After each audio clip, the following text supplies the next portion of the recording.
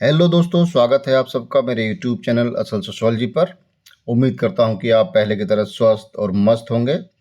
और आज का जो नया वीडियो है वो थोड़ा अलग तरह का है, तो आइए देखते हैं आज का नया वीडियो।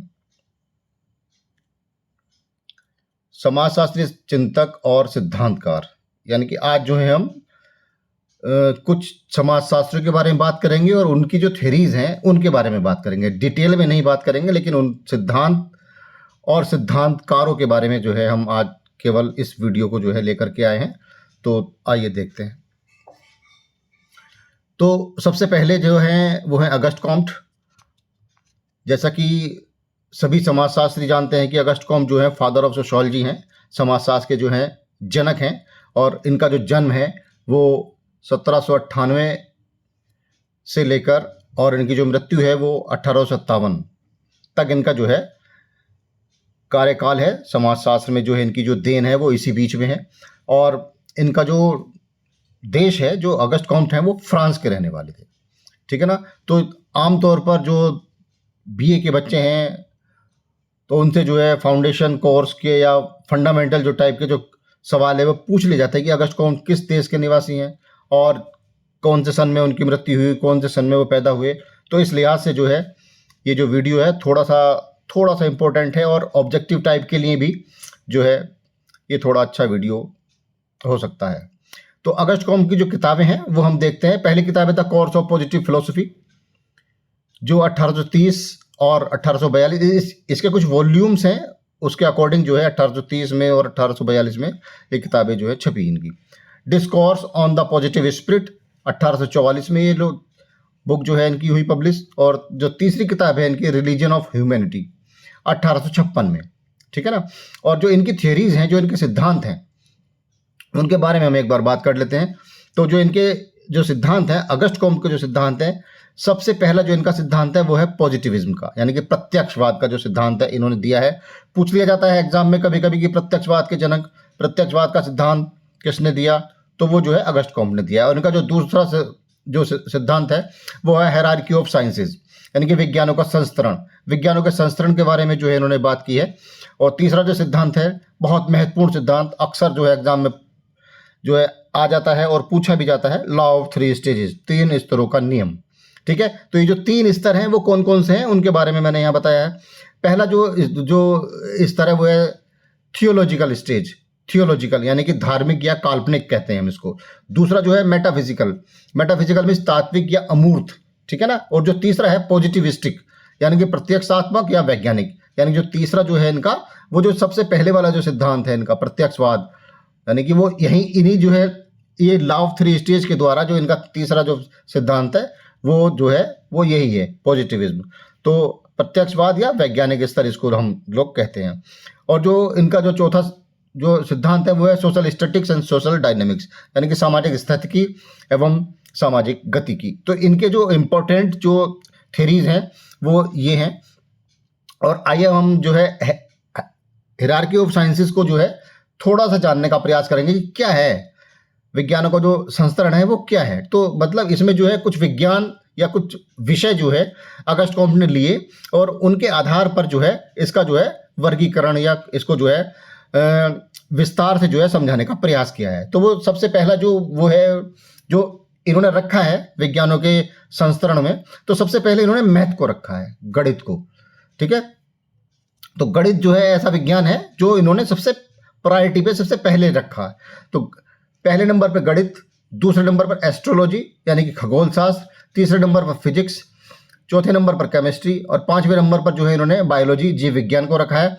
और जो सबसे लास्ट वाला जो है समाजशास्त्र, यानी कि जो 6 नंबर है, इन्होंने 6 नंबर पर जो है समाजशास्त्र को रखा है। तो ये समाजशास्त्र में जो है इन्होंने जो है विज्ञानों का संस्करण को बताया और छठे नंबर पर जो है समाजशास्त्र को रखा है।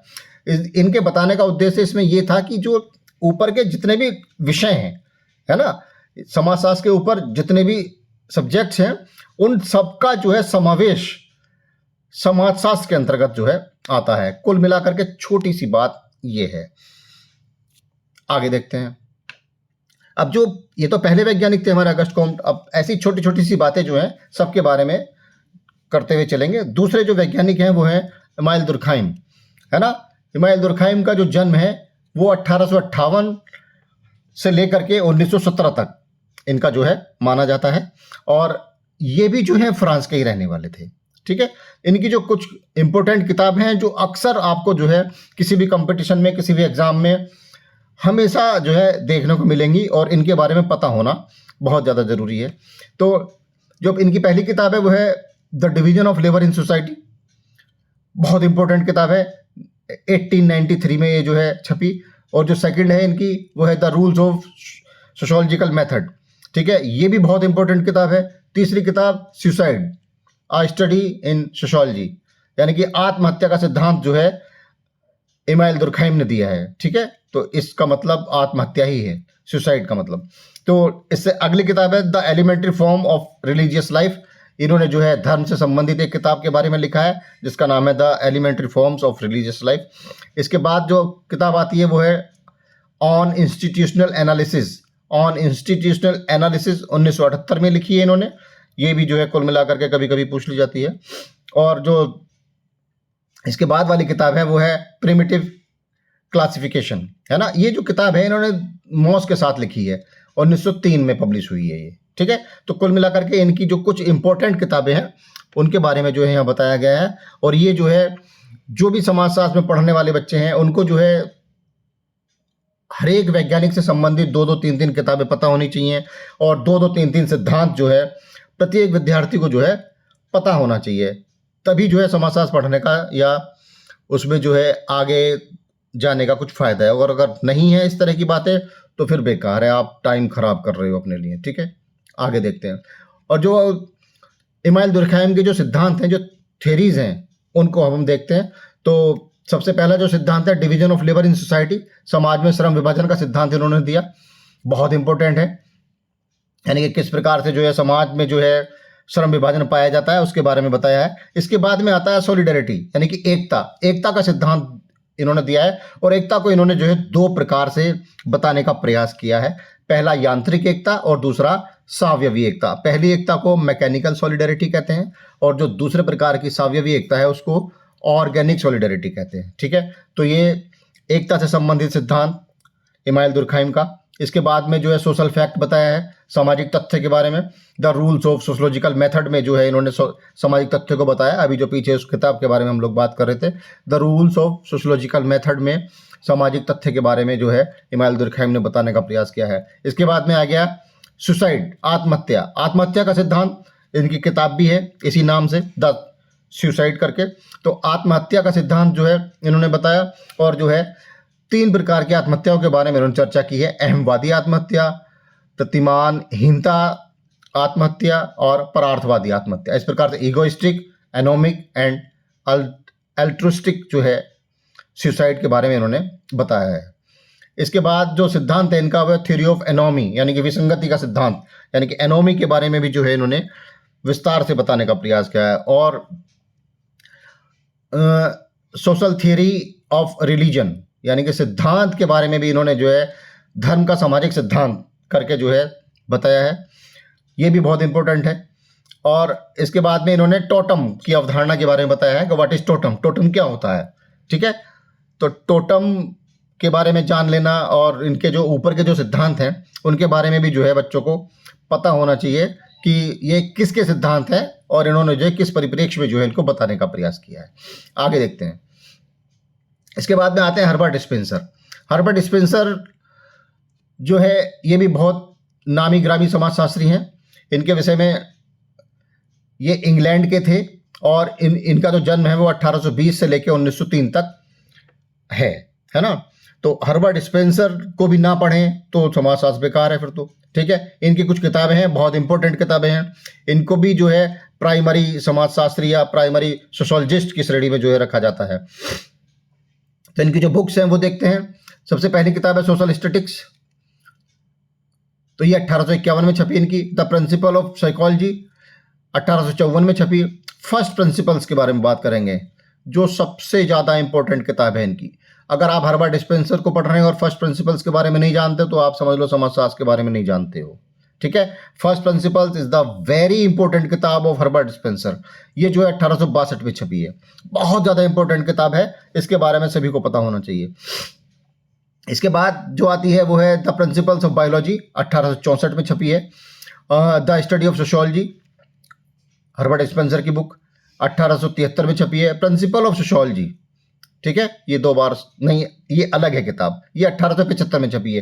पहली किताब है द स्टडी ऑफ सोशियोलॉजी और इसके बाद जो किताब है वो है प्रिंसिपल ऑफ सोशियोलॉजी, ठीक है। तो इनमें जो है कंफ्यूज नहीं होने की कोई भी आवश्यकता है, तो ये दो अलग अलग किताबें ही हैं और दोनों की दोनों जो है हर्बर्ट स्पेंसर से संबंधित है। इसके बाद है प्रिंसिपल्स ऑफ इथिक्स, ठीक है, इथिक्स के बारे में इन्होंने बताया है क्या। और इसके बाद डिस्क्रिप्टिव सोशियोलॉजी 1890 में छपी है, ये भी ठीक ठाक किताब है, अच्छी, कभी कभी एग्जाम में जो है पूछ ली जाती है, ठीक है। तो अब इनके जो सिद्धांत हैं उनके बारे में देखते हैं। थ्योरीज क्या क्या हैं इनकी, तो इनकी बहुत ज़्यादा थ्योरी नहीं है पढ़ने पढ़ाने के लिए, केवल 2 थ्योरी अगर हम इनकी पढ़ लेते हैं, लेकिन बहुत विस्तार से इन्होंने जो है बताया है। और ये जो है बायोलॉजी से जो है प्रेरित थे और बायोलॉजी के एक विद्वान थे डार्विन, है ना। तो डार्विन की थ्योरी को जो है इन्होंने लिया है इसमें। इवोल्यूशन का जो सिद्धांत है, द थ्योरी ऑफ इवोल्यूशन, तो इवोल्यूशन का जो थ्योरी है, इवोल्यूशन का जो सिद्धांत है, इन्होंने डार्विन से प्रेरित होकर समाजशास्त्र में अप्लाई किया है, ठीक है। इसलिए इनका जो सिद्धांत है, जो इंपॉर्टेंट सिद्धांत है, वो है थ्योरी ऑफ सोशल इवोल्यूशन, ठीक है, सामाजिक उद्विकास का सिद्धांत। और इसके बाद जो है वो है ऑर्गेनिक थ्योरी, या इनको ऑर्गेनिक एनालॉगी भी कहते हैं, तो ये सावयवी सिद्धांत है। तो कुल मिलाकर के जो है हर्बर्ट स्पेंसर के ये 2 सिद्धांत बहुत ज़्यादा इंपॉर्टेंट हैं और इन्हीं के द्वारा जो है इन्हें समाजशास्त्र में बहुत ज़्यादा ख्याति, बहुत ज़्यादा जो है पहचान जो है प्राप्त हुई है। इसके बाद जो विद्वान आते हैं वो है कार्ल मार्क्स। कार्ल मार्क्स भी जो है अपने आप में बहुत नामी ग्रामी और अदर सब्जेक्ट्स में भी पढ़ाए जाने वाले विद्वान हैं, जैसे पॉलिटिकल साइंस हुआ, समाजशास्त्र हुआ, इकोनॉमिक्स हुआ। तो ज़्यादातर सब्जेक्ट्स में जो है कार्ल मार्क्स को जो है अपने अपने नज़रिए से, अपने अपने पर्सपेक्टिव से जो है पढ़ाया जाता है।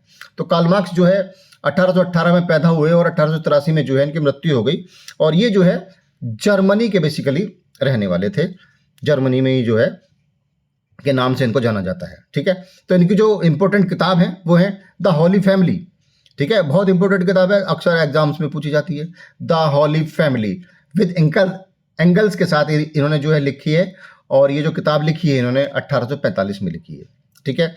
इसके बाद द जर्मन आइडियोलॉजी, बहुत इंपॉर्टेंट किताब, बहुत ज़्यादा पूछी जाने वाली किताब है ना। ये भी जो है इन्होंने एंगल्स के साथ जो है लिखी है 1847 में। इसके बाद द पॉवर्टी ऑफ फिलोसफी, ये इनकी इंडिविजुअल किताब है, 1847 में लिखी है। इसके बाद कम्युनिस्ट मैनिफेस्टो और manifesto of communist party with Engels के साथ लिखी है इन्होंने, तो ये भी जो है 1848 में। कम्युनिस्ट मैनिफेस्टो जो है ये जो है इनका एक ग्रंथ कह लें और बहुत ज़्यादा इम्पोर्टेंट है। और कार्ल मार्क्स को जो है गरीबों के मसीहा के रूप में भी जो है हम लोग जानते हैं, और हम लोग इनको इसी प्रकार से जो है पढ़ते हैं। यानी कि अगर किसी का शोषण है ना, तो उसके विरुद्ध इन्होंने जो है लिखने का प्रयास किया है, उसके बारे में जो है इनको बताने का प्रयास किया। अगर किसी को साथ अत्याचार होता है, किसी के साथ शोषण होता है, तो उसको जो है किस प्रकार से जो है एक साथ संघर्ष करके जो है उससे छुटकारा पाया जा सकता है। तो कार्ल मार्क्स जो है इस लिहाज से बहुत इंपॉर्टेंट है। और इसके बाद जो किताब है इनकी the class conflict in France, ठीक है, ये भी इंपॉर्टेंट है। क्लास कॉन्फ्लिक्ट के बारे में ये लोग बात करते हैं, ये कार्ल मार्क्स बात करते हैं। और इसके बाद जो इनकी इंपॉर्टेंट किताब है contribution to the critique of political economy, है ना, तो ये इसलिए ये भी किताब बहुत ज़्यादा इंपॉर्टेंट है। और दास कैपिटल तो इनका एकदम से क्या कहें कि एकदम बाइबल कह लो, है ना।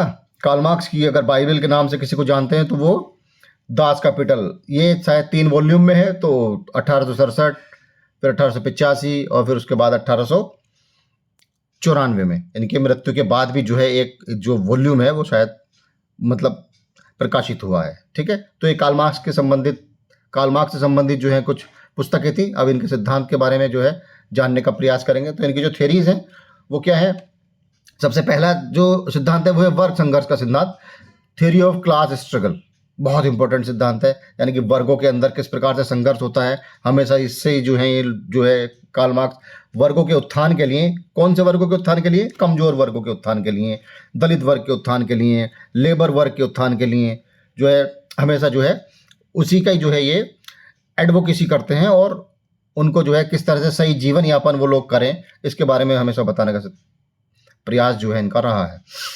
इसके बाद अतिरिक्त मूल्य का सिद्धांत, theory of surplus value, important है ये भी। और इसके बाद डायलेक्टिक थ्योरी, द्वंद्वात्मक भौतिकवाद का सिद्धांत। इसके बाद ऐतिहासिक भौतिकवाद का सिद्धांत, ये भी इंपॉर्टेंट है। इसके बाद एलिनेशन थ्योरी है इनकी, है ना, अलगाव का सिद्धांत, तो अलगाव के सिद्धांत के बारे में इन्होंने बताया है। सामाजिक परिवर्तन का सिद्धांत यानी कि सोशल चेंज, ठीक है, सामाजिक परिवर्तन के सिद्धांत के बारे में इन्होंने जो है बताने का प्रयास किया। उसके बाद फिर एक अवधारणा और है उत्पादन की अवधारणा, यानी concept of mode of production, तो इसके बारे में ये लोग मतलब ये कार्ल मार्क्स जो है बात करते हैं, ठीक है। तो कार्ल मार्क्स से संबंधित कुछ थ्योरीज जो इंपॉर्टेंट है वो जो है यही है। इसके बाद आते हैं मैक्स वेबर। तो मैक्स वेबर जो है 1864 में पैदा हुए, 1920 में जो है इनकी मृत्यु हो गई, और मैक्स वेबर भी जो है जर्मनी से ही बिलोंग करते थे। तो इनकी जो कुछ इंपॉर्टेंट किताबें हैं वो हमने लिखी हैं। जो सबसे पहली किताब है the Protestant ethics and the spirit of capitalism, ये भी इंपॉर्टेंट किताब है, 1905 में जो है पब्लिश हुई है। इसके बाद जो किताब है द रिलीजन ऑफ चाइना, 1916 में। और इसके बाद द रिलीजन ऑफ इंडिया, 1916 से 1970, ये 16 भी सही है, इसके लिए 17 भी सही है, जो भी अगर आ जाए तो आप उसको जो है टिक कर सकते हो। इसके बाद इकोनॉमी एंड सोसाइटी 1921 में छपी, और इसके जो बाद वाली किताब है वो है सोशियोलॉजी ऑफ रिलीजन, यानी कि समाजशास्त्र का धर्म, 1922 में जो है ये छपी है। और इसके बाद तो सब बहुत ज़्यादा पूछे जाने वाली किताब है, अभी पिछला जो एग्जाम पीजीटी का हुआ था उसमें भी आई थी, द सिटी जो है 1922 में जो है ये प्रकाशित हुई, और ये मैक्स वेबर की बहुत इंपॉर्टेंट किताब है द सिटी, ठीक है। इसके बाद में इनके जो है सिद्धांत हैं वो देख लेते हैं कौन कौन से हैं। तो इनके जो सिद्धांत है, जनरल इकोनॉमिक हिस्ट्री, नहीं ये इनकी किताबें ही हैं, सिद्धांत नहीं है, ठीक है। कुछ किताबें और हैं जो अगले पेज पर है। ये है जनरल इकोनॉमिक हिस्ट्री, 1923 में छपी। The theory of social and economic organisation, ये भी बहुत इंपॉर्टेंट किताब है इनकी, बहुत ज़्यादा इंपॉर्टेंट है, ये अक्सर पूछी जाती है। इसके बाद the methodology of social sciences, ये भी अच्छी किताब है। The rational function of music, ठीक है, यानी कि संगीत के बारे में भी जो है ये बताने का प्रयास करते हैं इस किताब में। इसके बाद में आ गए इनकी जो सिद्धांत हैं वो कौन कौन से सिद्धांत हैं। तो जो थ्योरीज हैं इनकी, थ्योरीज ऑफ सोशल एक्शन, सामाजिक क्रिया का सिद्धांत, तो जिसकी वजह से जो है इनको जो है ख्याति प्राप्त हुई, सोशल एक्शन के लिए जो है इनको जाना भी जाता है ना, और बहुत इंपॉर्टेंट इनका ये सिद्धांत है, थ्योरी ऑफ सोशल एक्शन। इसके बाद वेस्टर्न पद्धति क्या है, वेस्टर्न मेथड, ठीक है, इसके बारे में भी जो है। फिर जो अगला सिद्धांत है वो है आइडियल टाइप, आदर्श प्रारूप किसको कहते हैं, इसके बारे में इन्होंने विस्तार से बताने का प्रयास किया है। और इसके बाद पावर एंड अथॉरिटी, शक्ति एवं सत्ता के बारे में जो है वेबर बात करते हैं। और इसके बाद में जो इनका जो सिद्धांत है वो है ब्यूरोक्रेसी, नौकरशाही पर ये विस्तार से बात करते हैं, और नौकरशाही की क्या मेरिट्स हैं, क्या डिमेरिट्स हैं, उसके बारे में इन्होंने जो है बताने का प्रयास किया है। तो आज का जो वीडियो है वो इतना ही है, बस आज के लिए इतना ही। और जो बच्चे पहली बार इस चैनल को देख रहे हैं या आए हैं वो लोग इसको शेयर करें, वैसे तो सभी लोग शेयर करें, और लाइक करें, सब्सक्राइब करें। Thanks a lot.